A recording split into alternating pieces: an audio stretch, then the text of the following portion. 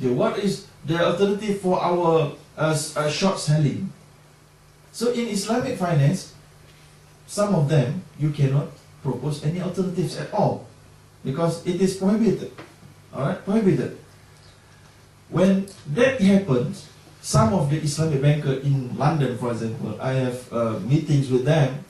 They're saying if that's so, it is not attractive. Because for these bankers, in order to be in the financial world, you have to be attractive and challenging. You have to have a lot of speculation. The thrill is not there in Islamic banks because all is clear cut. There is no thrill. Okay, just like you are in a sports, for example, when it's very difficult to beat the other party, alright? So it's very relief when you eventually win, isn't it true? But if it's very easy to beat them, it's nothing. And just like I love tennis, for example, when I see one player beat the other player 6-1, 6-1, 6-1, nothing. But it's 7-6, 7-6, 7-6. Wow, that's good. That's the conventional bank. They want to enter into a very thrilling market and very challenging and expecting so on. If you want to know better than that, if you're traveling I think in some flights they have films, and one of the film titled "The Inside Job." You know about it? The Inside Job. It's very good to see. Okay, documentary, very academic. I can say academic and non-academic as well. Documentary. The narrator is Matt Damon, the popular artist. Okay, Matt Damon. It's very, very good because in the documentary they managed to expose the black box of the financial world. The black box. You can see how in the US, the banker, the investment banker, they love to gamble with the people's money. Even though they know that it is a toxic asset, they love to gamble with it. And they have the cooperation from the rating agency. The rating agency give AAA, AA. And then, a day later, the securities collapse. And the interviewer asked the rating agency, so how? Why? You rated it as a AAA or AA, and then yet another day it's collapsed, go bankruptcy. So why? Then do you know the response? Very good question. That is the only answer they got. Alright? And also they interview how the academic world cooperate and in this conspiracy. This conspiracy. You know, the academic world with the professor, how the financial world bribes, in inverted commas, bribes the professors. So the professor in the economy, professor in finance, all teach of this instrument. They say this instrument are very good, blah blah blah blah blah blah, and then they are being appointed as director of this financial institution and so on and so forth, and they disclose how much they got from this directorship, the compensation. And even one professor and also one chief executive officer, if I'm not mistaken, of Fed Reserve, Professor Frederick Miskins, is the name. He used to write very academic articles about the stability of the Iceland economic and finance framework, just like that. And in order for this professor to write this, what we call articles, the professor has been paid about $500,000 or $300,000. And then you know what happened to Iceland? Go bankrupt. And then the interviewer asks, okay, what about your articles? You say the financial stability, and now it's not stable. So the professor say, oh, okay, I just rely on the official figures, find a figure from the central bank, blah, blah, blah, blah, blah. And then, you know what? The interesting part. The interviewer said, okay, I have referred to your CV, your latest CV on the internet, on the website of the university. But now, I see your article has been changed. The previous article title is the stability of the Iceland financial blah blah blah, blah. But now it is the instability of Iceland. So what happened to your title? Oh, maybe typing error.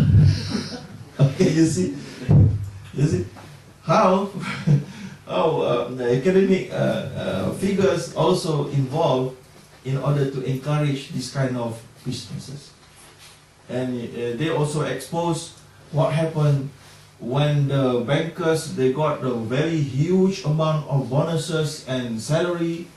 They have we have parking lots here. They have parking lots with 10 jet, personal jet. And then the interviewer asked, only 10? There is on, and what the other top management? Oh, they have helicopters. Go to work with helicopters, you know. Helicopter. And no Mercedes, no BMW, no. They are helicopters or personal jet. So very good documentary to give you very good insight about financial world, conventional financial world, unhealthy, you know, unhealthy. They are gamble a lot with the people's money. Alright? And they take a big chunk of it, and the people will at the loose end.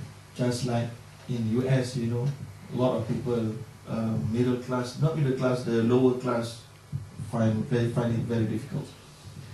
Okay, what constitutes Sharia compliant in Islamic financial transaction? Okay, in order to be certified as Sharia compliant, okay, why we call it Sharia compliant and not Sharia based? So there are debates about these terminologies. Sharia based or Sharia compliant? So some of scholars love to debate in this topic, alright, but not me. But I just want to share with you why they are trying to differentiate between these two terminologies, because they say Sharia based is every product which is brought up to the real world by using the exact Islamic concept at the time of the Prophet. Okay, for example, equity-based, musyarakah, partnership-based is the original concept of Islamic transaction. So if any bank able to bring this kind of product, equity-based product, to the public, at that point of time, you are introducing Sharia-based product.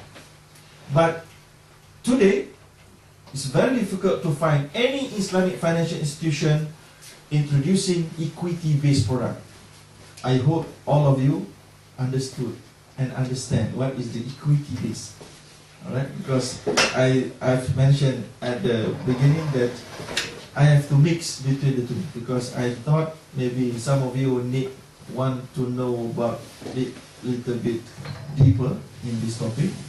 But some of you might not find it interesting. Alright? But I have to say, equity-based is just like I'm Islamic bank, you are the customer. You want to purchase a house, we share. I give my money, I put my money here, 1 million, you put 100,000. So we purchase an asset. An asset is co-owned by ourselves, bank and you. And then, what happened to the asset? If the asset is the business, so we will share. The bank will get their profit from their profit ratio. You will get your profit from your ratio. So that is the healthiest product for Islamic banking and finance. But yet it's very difficult to be implemented today because of many reasons. Not only because of the banks, but because of very difficult to find a trustworthy customer. If you give your customer money like that, most of the customer will run away with the money. It's very difficult. And also, for example, one customer, you are a customer, you have a big business. For example, you want to open this supermarket. You go to the bank agree to invest. That is equity. Bank give out money to you as an investment. You do the business. So very risky, isn't it? Very risky. So because of the conventional market is all about risk. The more risk, the more expensive the product. Because of that reason, if you don't have a very good salary in your pocket, you go to purchase anything and ask bank to help, you will find your rate a little bit higher than the high net worth individuals. That is a capitalist world. The more richer, the richer you are, the cheaper you get. Is it okay? Okay or not? From logical point of view, the richer you are, the cheaper rate you will get. Right? That is not Islamic, but it is accepted in this conventional framework. So because Islamic banks are being operated under this umbrella, we cannot escape from this thinking and concept. At this moment at least. We have to stick with that. So for that reason, Islamic banking and finance also affected with this concept. So if you are a very rich people, you will get a lower rate as compared to the lower income people. Or lower income people might not be approved by the bank. It is acceptable or not? Because when I give a lecture in Bahrain, one doctor in Bahrain say, it is not acceptable. Islamic finance, Islamic bank, you have to support and you have to help the poor people as well. Do you think it's correct or not? I have to be fair. I say no, correct. Why? Because Islamic bank is a corporate company targeting profits for their shareholder and stakeholder both. The stakeholder is you yourself. Understood or not? So if you want an institution to help the poor people, you will have to go to charity. Yes. In Islamic, you go to Baitul Mal. You go to the government. If the government is the Islamic government, go to the government. You take the money from zakah for free, without any interest at all. That is how Islamic finance manage the poor people. Okay? Okay, now Islamic banking and finance is a business entity. They have shareholder fund and stakeholders fund, depositors fund. Okay, so because of that reason, they have to verify all of their customer, big risk or lightweight risk. Okay, that is Sharia based. And what is Sharia compliant? Sharia compliant is a debt-based, for example, debt-based product. What is the meaning of debt-based? From conventional perspective, if you want to have money to purchase a car, you go to the bank, apply for the loan. So the bank will give out loan to you, 50,000 crown, and then they will impose on you interest.